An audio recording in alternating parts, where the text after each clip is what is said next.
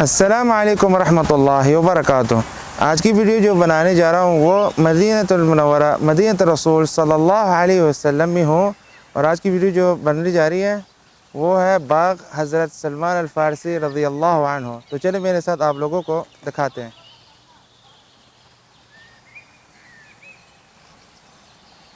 ساتھ ساتھ دیکھتے جائیں۔ سبحان اللہ۔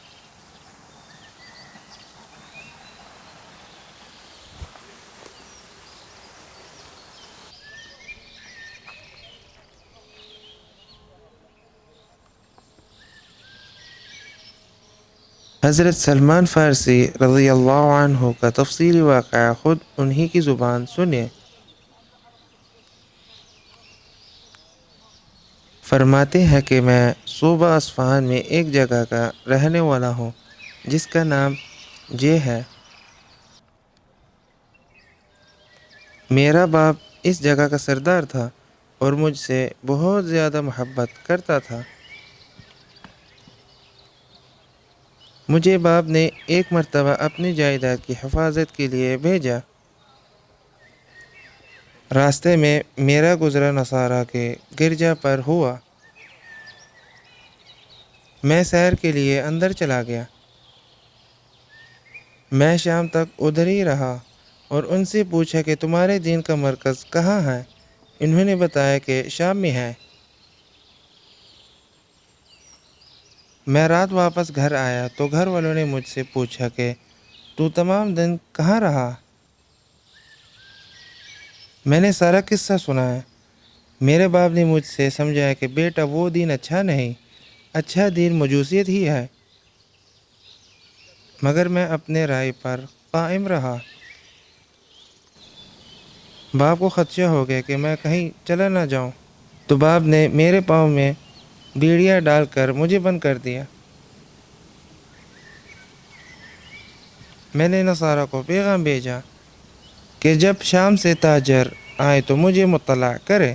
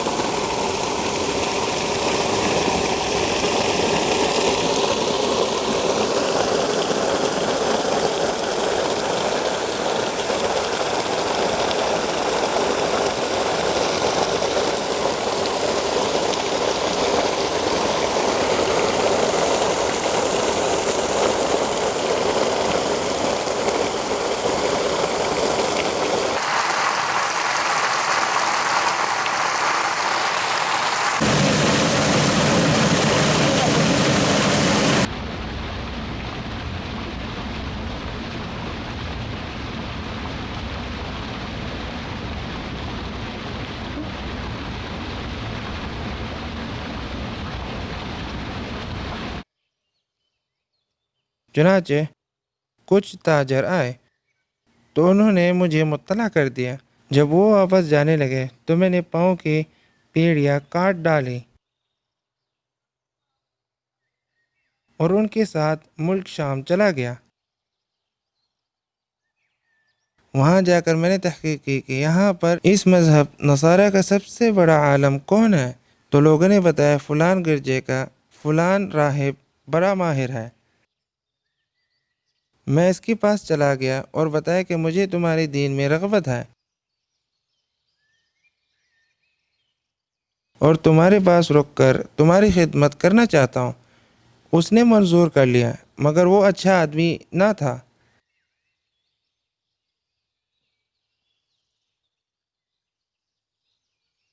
جو مال جمع ہوتا وہ اپنے خزانے میں جمع کر لیتا اور غریبوں پر خرچ نہ کرتا۔ جب یہ مر گیا تو اس کی جگہ دوسرا راہب بٹھایا گیا۔ یہ اس سے بہتر تھا۔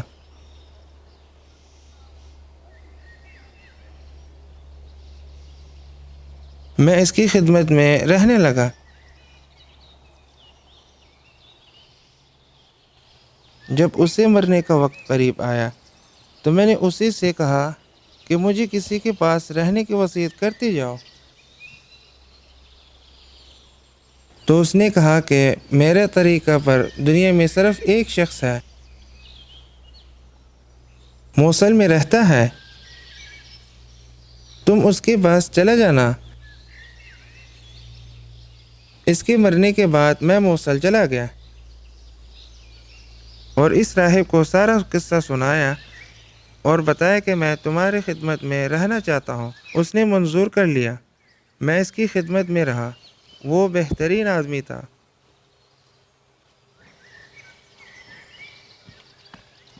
جب اس کی بھی وفات ہونے لگی تو میں نے پوچھا کہ میں اب کہاں جاؤں؟ تو اس نے کہا کہ فلاں شخص نصیبین میں ہے، اس کے پاس چلے جانا۔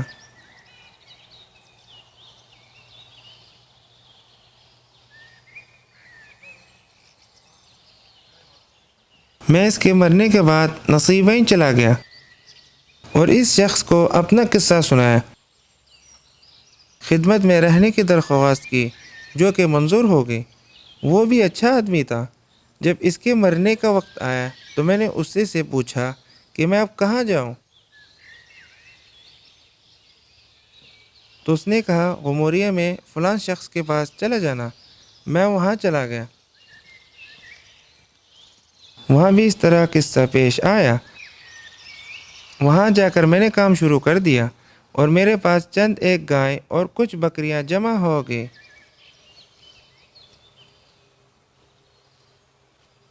جب اس کی بھی موت کا وقت قریب آیا تو میں نے اسی سے بھی پوچھا کہ اب میں کہاں جاؤں؟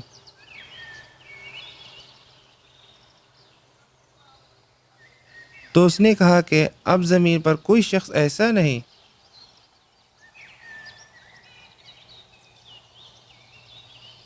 جو کہ ہمارے طریقہ پر چل رہا ہو، البتہ نبی آخر الزمان صلی اللہ علیہ وسلم کے پیدا ہونے کا زمانہ قریب ہے۔ وہ دین ابراہیمی پر عرب میں پیدا ہوں گے۔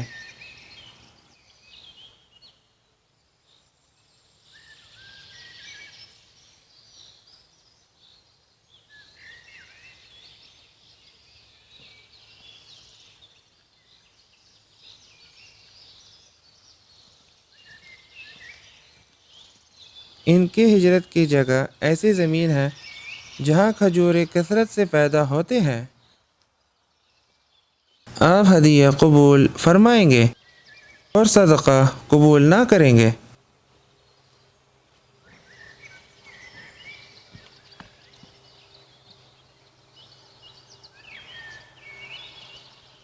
ان کی دونوں نشانیوں یعنی کندھوں کے درمیان مہر نبوت ہوگی۔ اگر تجھ سے ہو سکے تو ان کی زمین پر پہنچ جا۔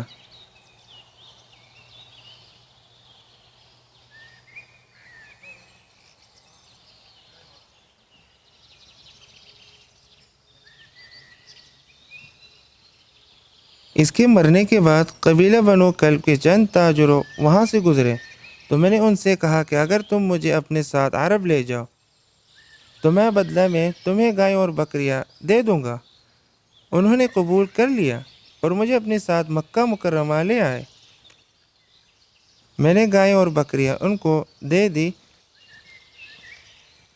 مگر انہوں نے مجھ پر ظلم کیا کہ مجھے اپنا غلام ظاہر کیا اور مکہ مکرمہ میں بیچ دیا۔ بنو قریظہ کے ایک یہودی نے مجھے خرید لیا اور اپنے ساتھ مدینہ منورہ لے آئے۔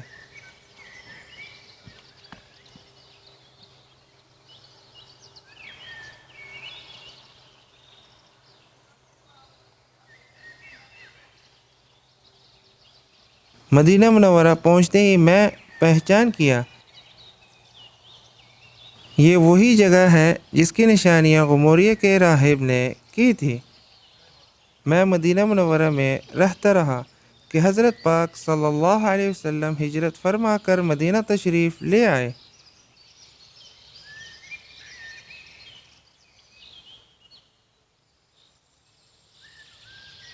حضرت پاک صلی اللہ علیہ وسلم قباء میں تشریف فرمائے تھے۔ جو کچھ میرے پاس تھا میں لے کر حاضر ہو گیا اور عرض کیا کہ یہ صدقہ کمال ہے، تو حضرت پاک صلی اللہ علیہ وسلم نے خود تناول نہ فرمایا اور صحابہ رضوان اللہ علیہم سے فرمایا کہ تم کھا لو۔ میں خوش ہو گیا کہ ایک علامت تو پوری ہوئی۔ پھر مدینہ آ گیا اور کچھ جمع کیا، پھر خدمت میں حاضر ہوا۔ اس وقت حضرت پاک صلی اللہ علیہ وسلم بھی مدینہ تشریف لا چکے تھے۔ میں نے کچھ کھجوریں اور کھانا پیش کیا اور عرض کیا کہ یہ ہدیہ ہے، تو حضرت پاک صلی اللہ علیہ وسلم نے اس میں سے تناول فرمایا۔ میں نے دل میں کہا کہ دوسری علامت بھی پوری ہوگی۔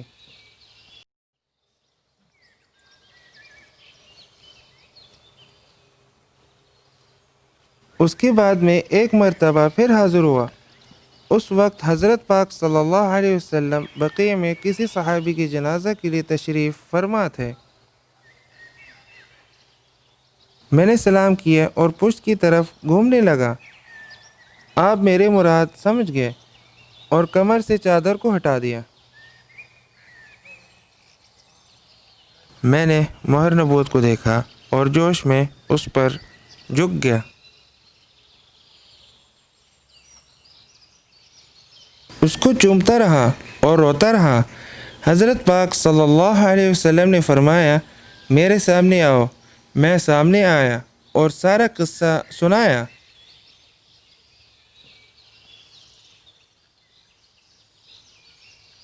اس کے بعد اپنی غلامی میں لے لیا۔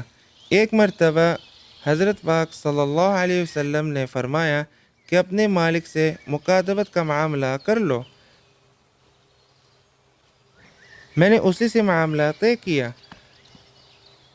اور بدلے کتابت دو چیزیں مقرر ہوئی۔ ایک یہ کہ 40 اوقیہ سونا نقد، ایک اوقیہ 40 درہم اور ایک درہم 3 یا 4 ماشا کا ہوتا ہے۔ دوسری یہ کہ 300 کھجور کے درخت لگاؤ اور ان کی پرورش کرو اور پھل لانے تک ان کی خدمت کرتے رہو۔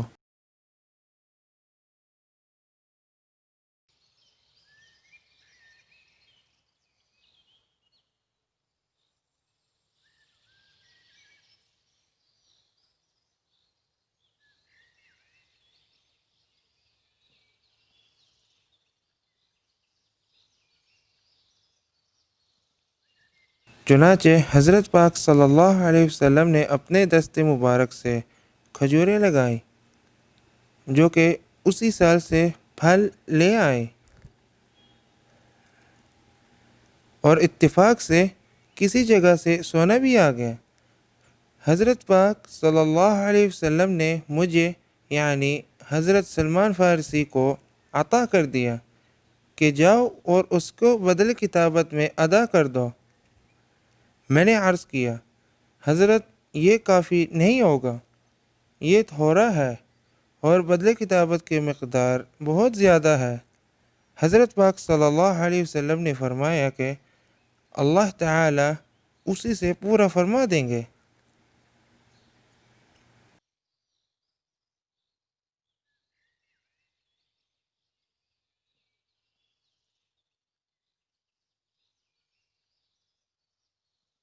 چنانچہ میں لے کر گیا اور بدل کتابت اس میں سے دے دیا۔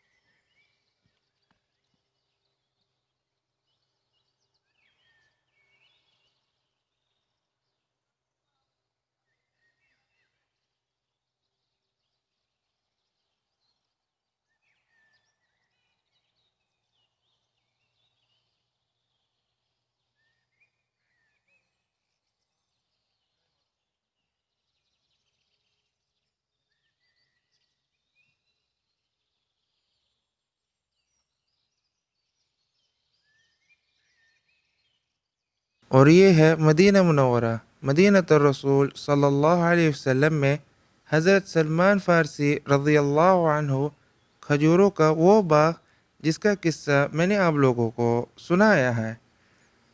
ملتے ہیں نیکسٹ ویڈیو میں، تب تک کے لیے اللہ حافظ۔